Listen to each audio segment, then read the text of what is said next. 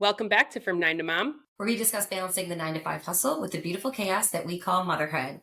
And honestly, today, guys, it's going to be a tough topic. Just a little bit of a trigger warning for those of you who don't know. October 15th was Pregnancy and Infant Loss Awareness Day. And unfortunately, Katie and I have both experienced this in our motherhood journeys. And we just feel like we wish that more people gave us insight at that time. And it happens to people more often than 10 to 20% of pregnancies do end in miscarriage. And then also there's the whole element of infant loss post birth that people struggle with. Katie and I can't speak from experience on that, but we do kind of want to chat a little bit about this topic today and maybe give some insight and just be a resource for people that may have experienced or are nervous about this. Yeah, and I think our goal for today's podcast is to share our stories because I know when we were both going through it, unfortunately, hearing other people's stories going through it was some sort of a comfort in a weird way. Like it sucks to hear about multiple people's losses, but it also was reassuring that people have gone through this and you can get through it. And, hopefully we can just go through our experiences and, relate to somebody out there. Yeah, absolutely. So I think we should we should talk about each of our stories, separately, because both of us had losses at different points in building our family. Right. And so for me, it was before we had any kids. It was the first time I got pregnant, unfortunately was a loss, and real blow to the system the very first time, because you think it's going to happen instantaneously. Boom, you're pregnant and everything's great. And you don't know anything either. You're going in completely blind. You don't know what's to expect at all. And for Ryan and I, it didn't happen within even the first 3 months. I remember this was during COVID. We got whatever was going around during COVID where we're like, hey, let's just have kids because we had nothing else to do, I guess. And I remember so this was 2020. I went off birth control in January and we were like, let's see what happens. We'll figure it out. I knew nothing. Didn't pay attention. I was never tracking my periods. That's for sure. Cause I was on birth control. Who needs to do that? And we kind of went through all summer and nothing was happening. And just month after month, I was like, all right, what are we doing wrong? Why isn't this working? And then finally by August, so 8 months it took us, I got a positive, had no idea what to do. I was like, do I just call the doctor? I remember, I don't even know, felt like I was unexpected even after trying for 8 months. And wait, I've been trying for this. Why am I so shocked right now? Yeah. What do I do? I had gone through my first appointment at 7 weeks and then had an ultrasound right after because, they try to confirm everything. So it ended up almost being 7.5 weeks, I think I was when I went in for that. And I remember going for the ultrasound, and during COVID, Ryan couldn't come with me for that first one. So that scary. Also sucked. So I was in there, I FaceTimed Ryan and we're both so excited to see the baby on the ultrasound, and they started doing it and there was just nothing on the screen. And, you could tell the ultrasound tech was she had a very good poker face, but she was there wasn't anything to look at. There was no excitement on her end, here's baby, this, that. And, you could kind of see some stuff in there and I had no idea. So I was like, oh, is that something? Is that it? And she's like, no, and then she had to go down the path of all right, sometimes it's too early to see anything, or, it's different development stages. So I'm going to go get the doctor. And that's when a wave came over me of I know something's wrong. I don't think I'm supposed to see the doctor right now. I think that I was supposed to just get pictures and leave. That nauseating feeling that washes over you. Ryan's on FaceTime. So I'm the person that no matter what situation, I cry in doctor's offices constantly. I can't handle things being wrong or not knowing, or I can't my anxiety takes over. So I immediately am crying, and Ryan's on the phone trying to reassure. He's in the parking lot at school, didn't take off to, whatever. Yeah. Because it was post-COVID enough that they were back to school, but not that he could come with me. And the doctor came in and was like, listen, I'll have you back in a week, but, I'm not seeing any signs of, development. And, you know, we're hoping that just in the next week, you'll start seeing the signs of a miscarriage. And that because my uterus did expand, like I was, Yeah. my body thought I was pregnant. I don't know. I didn't like look through too much like what type of miscarriage that was. I think it's like a missed one or Like whatever the chemical case. pregnancy, maybe It is what they wasn't call it. chemical, because my everything was growing. Like it kept Okay. that, but there wasn't a baby. Like it didn't, nothing, I don't know. Or it like it there was one and then it already had passed, but I had no bleeding, I had nothing. Yeah. So we gave it a week, and I remember like through the weekend being like researching like what's the signs of a miscarriage and like going down this whole path of that. And the worst was like having to act like you were pregnant for another week. Like I was like, Yeah. what am I supposed to just sit around for a week and like hope a baby's in there? Like I don't get it. I feel like I remember, and now I don't know what you're telling the story because I remember I was really like, and this is difficult too because I was on Katie's ass the entire time about getting pregnant. I knew her and Ryan were starting to try, and in my soul, I just wanted her to get pregnant so that we could have kids together. Hmm. So remember, I would be like, you'd be like, I have a doctor's appointment. And I wouldn't say anything, but finally, I like kept like in my Yeah. head, I'd be talking to Jordan about like, I think Katie's pregnant, and I'll never forget when you called me. It was right before that ultrasound, I think.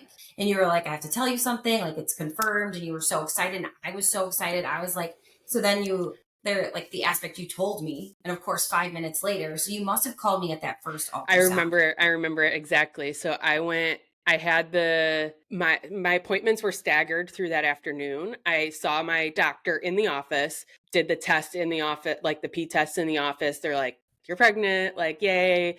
We're gonna send you, can you go do your blood work and then come back for the ultrasound?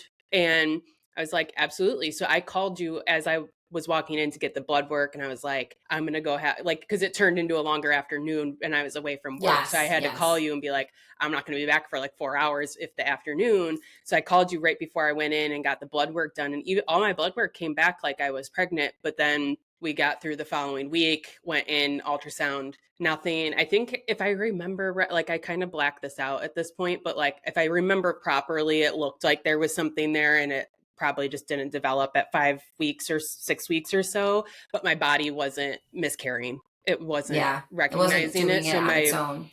my I remember them measuring my uterus and all of it and realized like it had grown in that week, but like it didn't, nothing happened. Yeah. And so I remember her like, you know, I did the ultrasound, came right up to her office, and we started talking about my options. And I was like, what? Like, I don't even Mm-hmm. like, I didn't comprehend. And she's like, well, your body's not miscarrying it. Typically, like your body would go through a miscarriage and, you know, go through that process on its own. And here are your options at this point, because otherwise you're going to sit around like this for who knows how long.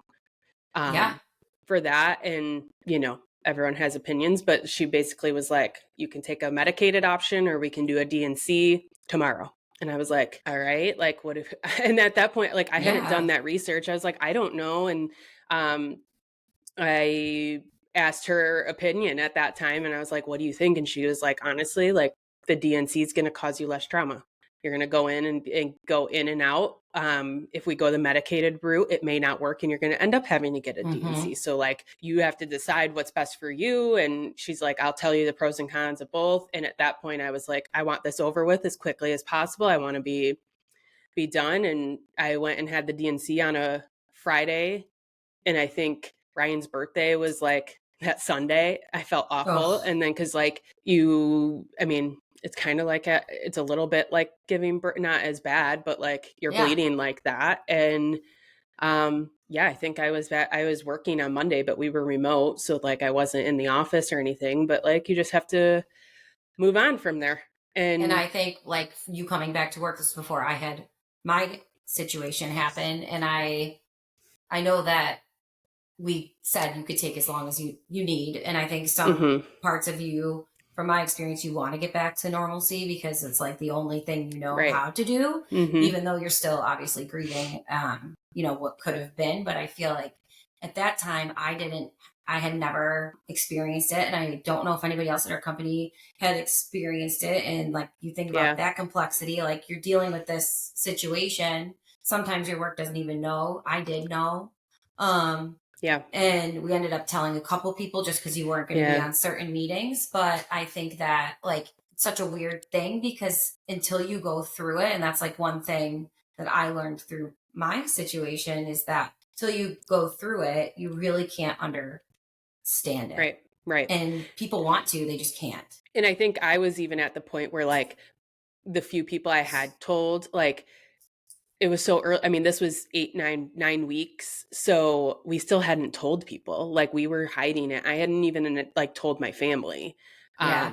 I told Michelle, obviously, but like I told her, I think I told my friend Kate because we were at golf and I'm not drinking. Like she knew something was up. And I think when I got to that point, I was like, the worst part is that I've acted like I'm pregnant for 2 months now. And Yeah. like, you're like, you act like that. And I was hiding it and doing all this stuff. And then like, instead of having an announcement after that appointment, it was Ryan calling my parents being like, Katie's is having a miscarriage, like we're going into the hospital tomorrow, like, and explaining it from that way. So it's just a real blow. And I think the worst part of the whole thing for me when it happened the first time, like we didn't have any kids yet, and that was I felt like it cheated me of that announcement. Like I don't think Yeah.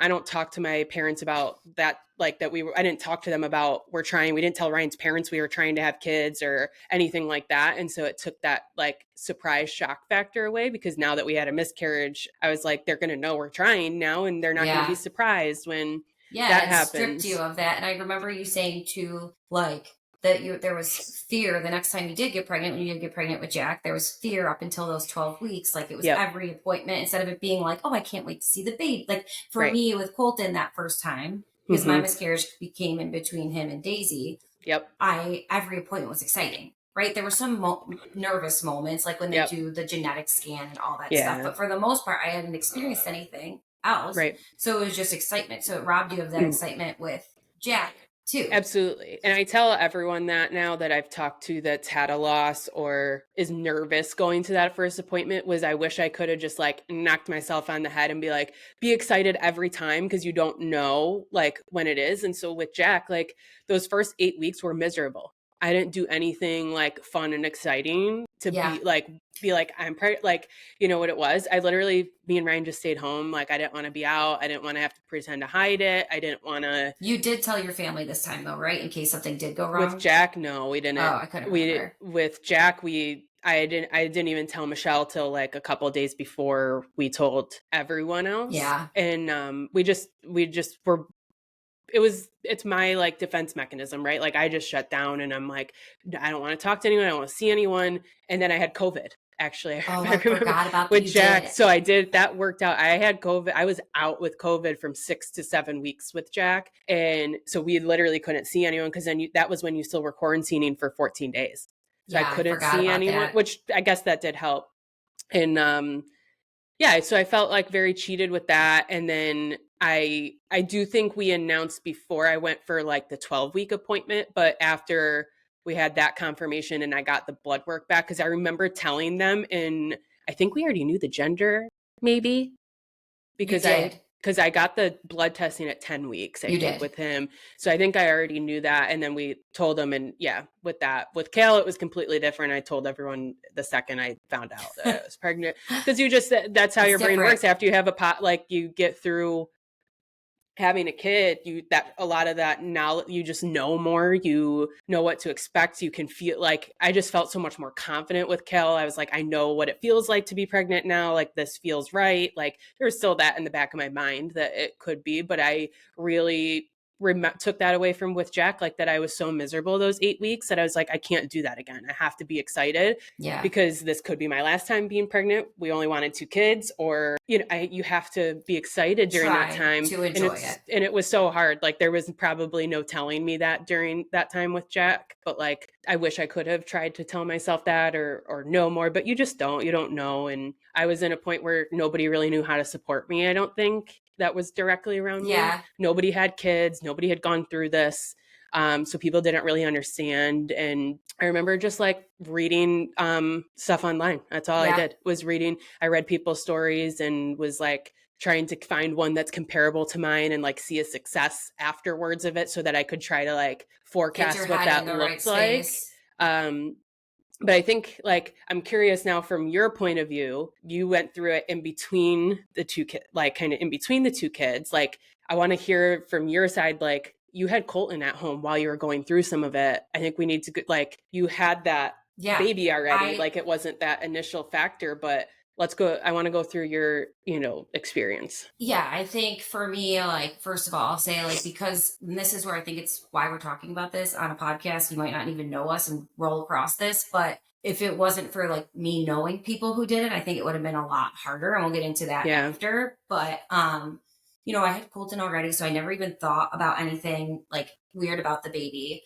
The one thing I'll say is when I was around 8 weeks pregnant, I didn't bleed at all with Colton and I was spotting and I called the doctor. Katie and I are both Rh negative. We must be aliens from outer space. We are. I don't know. Yep. So I called the doctor because I thought I needed a Rogaine shot. And they were like, no, it's light bleeding. You're totally fine. I went on, it stopped. I went on with my day and continued on. So with me, I was 12 weeks pregnant. I remember I was traveling to Rochester and I thought it was fine. I was 12 weeks pregnant. Cool. Yeah. And I had to give a virtual presentation to like 50 people.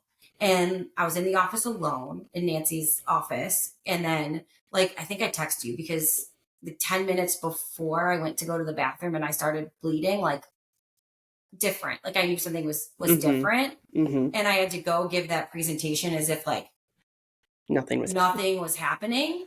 And because I had experienced loss before, like, I knew something was happening, but also I kept telling myself, like, it's going to be okay. Like, whatever. Like, there's just something weird going on. Yeah. It's okay. Yeah.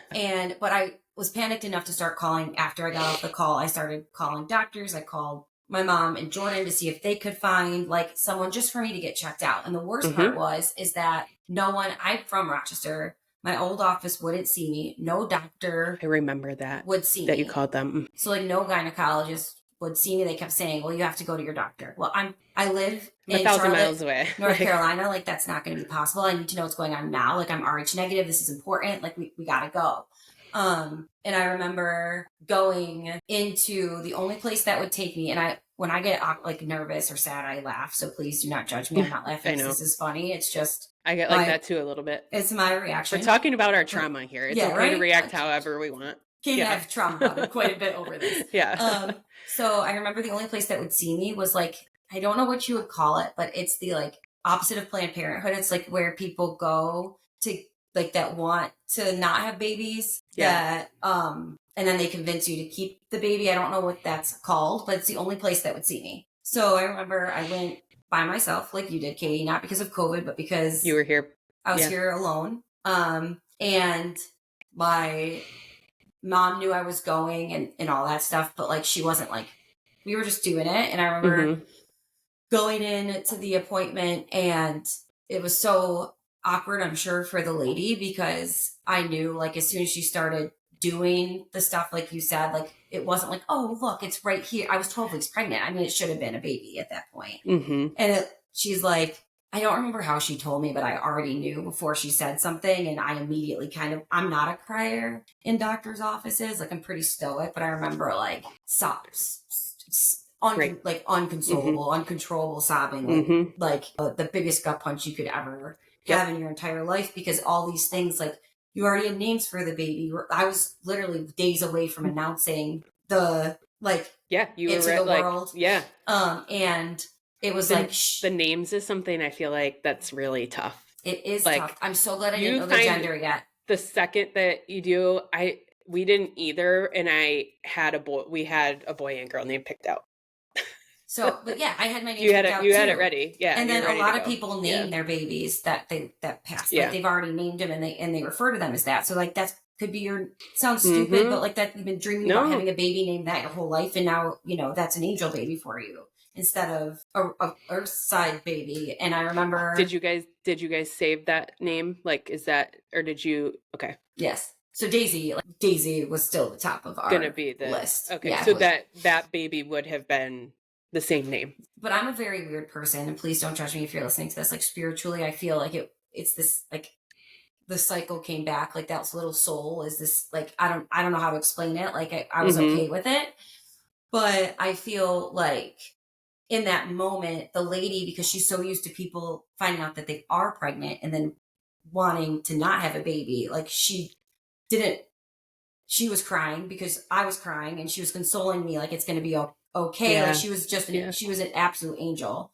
But I remember like right before that, and I was pregnant, but my dad had like this pool party, and he can't help himself. And we were at this pool party with like all of like his friends from the country club and all of our friends. And he was like, guys, Danielle's like literally like 2 days before Announced. told Yeah. everyone that I was pregnant. And then I had to like deal with everyone knowing I was pregnant and then not being pregnant. And Jordan wasn't in Rochester with me. Yep. So I remember like, this is going to sound crazy, but Katie, I called you and you were like, I'm coming over. And I don't know if I was ready for somebody to come over. I don't know in that moment what I remember my parents were crying. Like we were all devastated. Yeah. And you came into my kitchen and I immediately, like, honestly, you made me feel so much better. Like just being there, knowing that you had done it too. Like it sucked. Yeah. But that made me feel a lot better in a weird way. I was pregnant, right? Yes. I was pregnant when this happened. And I remember talking to your mom and I was like, I get it if I shouldn't come. I want to be there for her. But like, because you're also, your personality is like, I need to be with my people. Like I need to be surrounded by that. I'm a like go in the closet person. Like, don't look at me. Don't talk to me. Like, don't look at me. Stop thinking about me. Like, I shut down like that where like I need to go in private. And I was like, I know that. And you like had a couple of your friends around, but like, you weren't even with Jordan at that point. No. It wasn't like you could go home to him. And I remember talking to your mom and being like, I get it. Cause I don't know that I'd want to be around a pregnant person. I was like showing, I think I was like, pregnant. Yeah, I can't remember. And that honestly, that didn't cross my mind about you being pregnant. It was more like I was just it's so funny grateful. that you don't remember. Like we don't really remember that part. That's what you were thinking about. Cause I was just thinking about like, I was just so grateful that you were a reminder to me that like, it could like, this sucks, but you get through it. And like this, it can be okay. So yes, I do remember that part. Like it was kind of like, I don't know. And like, I felt like you could talk to me because we had talked about yours. Like you could talk openly with me. And I don't know, it felt a lot better having that. And then one of my best friends who I've apologized 1,000 times now, who does not live in Rochester or Charlotte, she also went through a miscarriage, and I was not very supportive because it was before you even, so I really didn't know how to support. I remember now feeling I felt so bad because like her emotional state, like I didn't understand. And for me, with my situation, the worst of the miscarriage came when I got home. So my office told me to get on a plane and go home. And then I went to the doctor at my office. And I don't know if you remember this, but I called them 3 times before they called me back. Even though I told them I had a miscarriage, nobody called me back. I had to keep calling them. And then I went and had my appointment kind of like you did. And I had a male doctor, and there's nothing wrong with male doctors, but this male doctor looked at me and Jordan and said, it's kind of like going to Vegas. Like sometimes you win, sometimes you don't. And I was like, you're like, I'm gonna hit you. I'm gonna hit you. I'm gonna punch you in the face. And at this point, I remember like looking at Jordan and being like, what the hell is happening right now? And we had the same option, like, do I want to take the medicine or do I want to get a scheduled D&C? So I went a lot off of your experience. If something's going to go wrong, it's going to happen to you and I. So I was like, let's just get this. I want this done. We're always the example. Sometimes it feels. I want this done. I'm sure there's a lot of people that feel that way too. Like you feel like you're always being the one that's like the example of you're like the worst of us, the 1%. Like here we are. Well, here's the real 1%. And I know there's people out there that had way worse stories than we did, but like I think everyone relates to sometimes you feel like you're the 1%. Yeah, you're the 1%. Like it's only you. And then this part is, I feel like the worst of my scenario is the end, but I feel like it taught me so much. And if I can leave you guys with something to take away, like in case this does happen, I hope it doesn't. But I ended up, Jordan and I, after that, will never forget it. We went and reset my diamond ring, like don't care. Reset my diamond ring at the diamond store, and went to our favorite restaurant and ordered like $300 worth of food. So I was going to have the operation in like a day and a half. And I woke up in the middle of the night with like the worst cramping ever. And when I'm telling you, like, again, sorry, like this is a lot of information, but the most amount, like I get heavy flow, but this was blood was just like clotting and purging out of my body, like dangerous levels. And I remember calling my gyno and them telling me to go to the hospital. Like I bled through everything on the way to the hospital. And my experience at that hospital was so terrible. I was in so much pain and I had lost so much blood. I bled through every, like, you know, those like PP pads that they give pregnant people, they ran out of them in the hospital. So in the middle of the mass room, I bled through every single pad that they had on hand at the hospital. And then I was going to the bathroom, and like they would have to go in and clean after me every single time because it wasn't like I could control. Like it was just so awful, and it was mortifying. It was happening in front of everybody, but I also felt really sick. And I like honestly Yeah. like got nervous because I've read things like I was clearly hemorrhaging, and I'm like, I'm going to die here. I'm going to die here. I have a son at home. This is where the difference comes in. Like, that's what I was thinking of. Like, I have to get through this. I have a baby at home. Like, I have a baby at home Right. who needs me. Like, this is Yeah. not going to be the last of, like, they need to take care of me. And I remember going up to them, and they looked at me and said, there are people here way sicker than you. Go sit down. I'll never forget it. And I ended up going into, finally, I think I waited there. It was truly hours. It felt like an eternity, but it was hours. And Jordan didn't know what to do. He was just like wrapping me. And people were saying things, like people were going up on my behalf, like apologize. It was awful.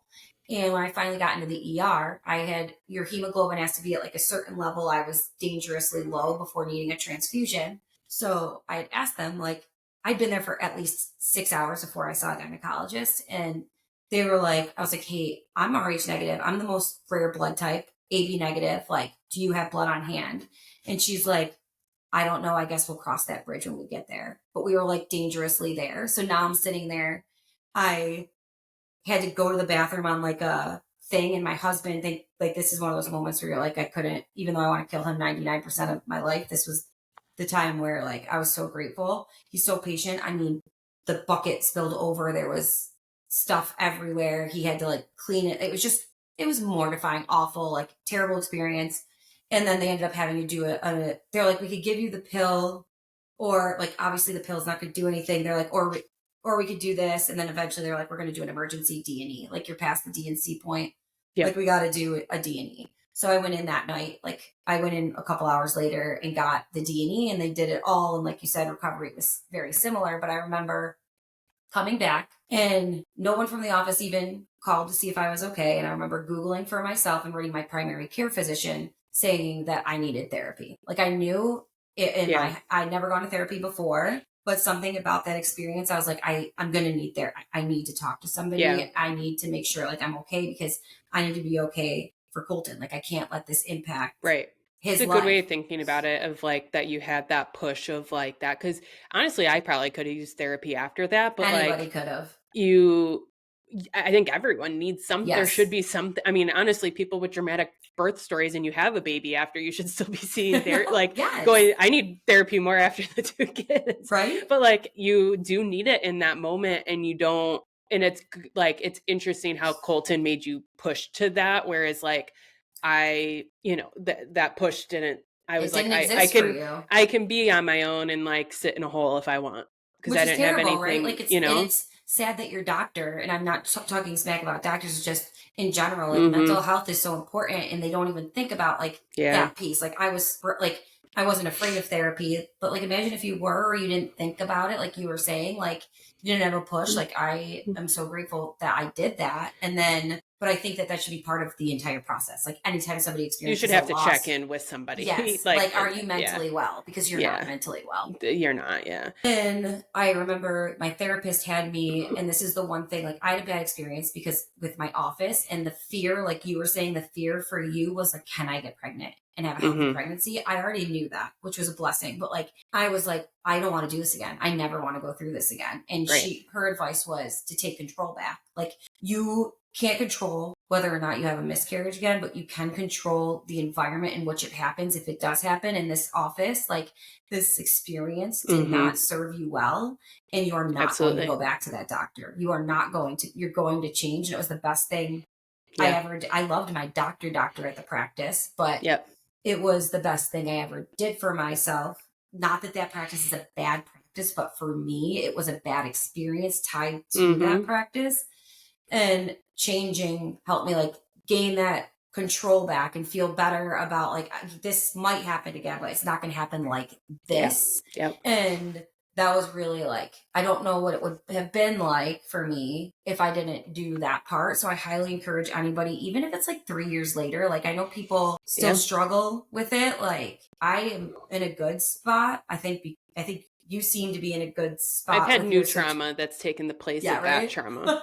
But like for some people, it sticks with you for a long time. So I highly encourage people to seek therapy and to Hmm. make sure that they take care of themselves mentally to prepare Yeah, for whatever it is that's next. Because in my case, in your case, like we got lucky, we got pregnant again. You know what I mean? I waited a absolutely. year.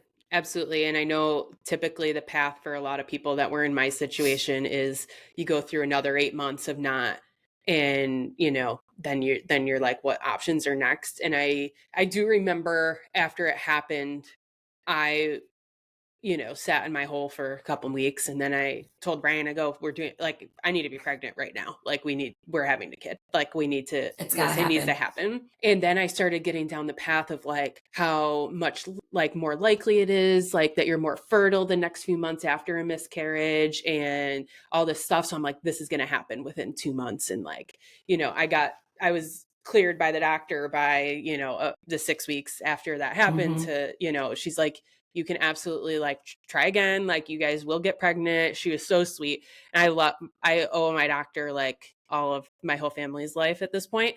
But because she's the right mix of like hard on me, but like she's so sympathetic, and like I just trust her with Yeah. everything at this point. But like part of me is like, I need tough love a lot of the time. Like I grew up with male coaches, and that's what I I'm the react same. to. I need honesty and Yeah, in a transparency. little directness, and like, be pushed when I need to be. And I remember 3 months after, that Ryan and I had tried, I wasn't pregnant, and I like was like, something's wrong. And I went in, I made an appointment with her, and I was like, something's wrong. And I went in there, and she looked at me and was like, Katie, nothing's wrong. She goes, this just takes time. And she's like, I know you want it to happen, but like maybe this is the world telling you you need to chill out, and Yeah. and that. And I literally got pregnant the next cycle after that That's so appointment. funny. And I came back in, and she goes, see, I told you. I The love second I that. came in. And she's like, see, everything's going to be good. And I remember when she saw me on her book, she like called, and my office was like weird about how you saw the doctor first and then they scheduled your ultrasound. She scheduled my ultrasound for me, backed up to the appointment, set up an appointment for me with her after. Like she had my back, and like that was the best. Like Yeah, well, I she knew she understood was, what you'd been through, and she's yeah, like, I'm not going to do this to her again. right. We're going to do this different. And that's what you needed in that Yeah. moment to feel Yep. okay Yep. And so it took us 1 full year from when we said we were trying to like be pregnant with Jack. with Jack. Yeah. Yeah. For me, it was like, I wanted to wait. Like, I was like, I need to, Yeah. because Yours was a lot tougher on your body too. Like when you think about it, like mine, I didn't have that extra whole part. Like mine yeah. was scheduled, and like I went in and I knew what I was getting into. Yours was a lot more traumatic in the physical sense, I'd say. Yeah. And I think that's what it was that held me back. Not so much Yeah. what happened, because I know that at that point I knew that could happen. Right. And I was like, Mm-hmm. okay, this is part of it. It was more like I didn't want to I needed more stabilization before I potentially had that 1%er situation happen again. Again. And then, but I think that like after that, after it happened to you, and then after it happened to me, I, I didn't love talking about it, but I wanted to make sure people knew that they could talk to me, because I feel like I wasn't there for people the way I should have been or I wanted to be when it happened to others, because I didn't Mm-hmm. understand. And there is something different about talking to somebody who's gone through a similar situation. And I hate that it Yep. happens to so many people, but then out of the woodwork, like friends of Me, friends. this, that, Yeah, yeah. like parents that I didn't know about had like Same. Like multiple. I didn't know both my mom and mother-in-law experienced it, and I'm like, I would have never known. You would like, because you don't, it was so taboo. Like it was like, we did something wrong. Your body did Yeah. something wrong. For you and I, Yeah. Katie, we're like, in both our cases, my case, I think my baby didn't grow past 8 weeks, even though I was pregnant until 12 weeks. Mm-hmm. And I think it was because I'm Rh negative and the blood attack. Like I really believe that's what it was. And I know Mm-hmm. that was a concern of yours at one point as well. And it's like, Yep. I did something wrong. Like my body's wrong. But the truth is like nothing's wrong. And if depending on what your spirituality is or your situation, if you're scientific, it doesn't matter. Yeah. You could find like Right. that baby wasn't healthy enough to come into this world. It wasn't supposed, like there Right. were things that were going to cause me. It doesn't make it any better, but it is like it's the cycle of Yeah. like life. And I feel that once you understand that stuff and you think about it, and I don't know, our stories are our stories, and we know other people. We're not going to tell anybody else's stories, but we know other people close to us that have experienced this as well. But just sharing it, I think it helps you heal through Yep. things. Yep. But also, like, I still got teary eyed, like, not about the miscarriage, about the fact that you were there, like, I don't know, like that you came to help me, and like the I like know, it's so all stupid, emotional. Like, it's but just you remember that stuff for a long, long time, yes, and, eventually, maybe that stuff won't seem as important in that, but, like, I try to, like, look at it as, like, "All right, what can I take away from that?" And I do think it really taught me how I cope with trauma, and thank God I yeah, figured that out because we know that both kids brought me more trauma when yes, I when actually they were born. when they were born, and, being able to deal with that, and, like, it really made me trust my doctor, like, as I went through and that, but, and it also taught me that, like, when I do have traumatic things happen, like, my brain needs to understand everything. Like, I have to talk, like, now the more I talk about stuff, or, like, I think we talked about this when I talk about Calvin's birth and, like, Hmm. how traumatic that was, and we'll save the whole thing for another time, but, like, talking through that and, like, understanding what happened that led to that, like, helps my brain cope with it.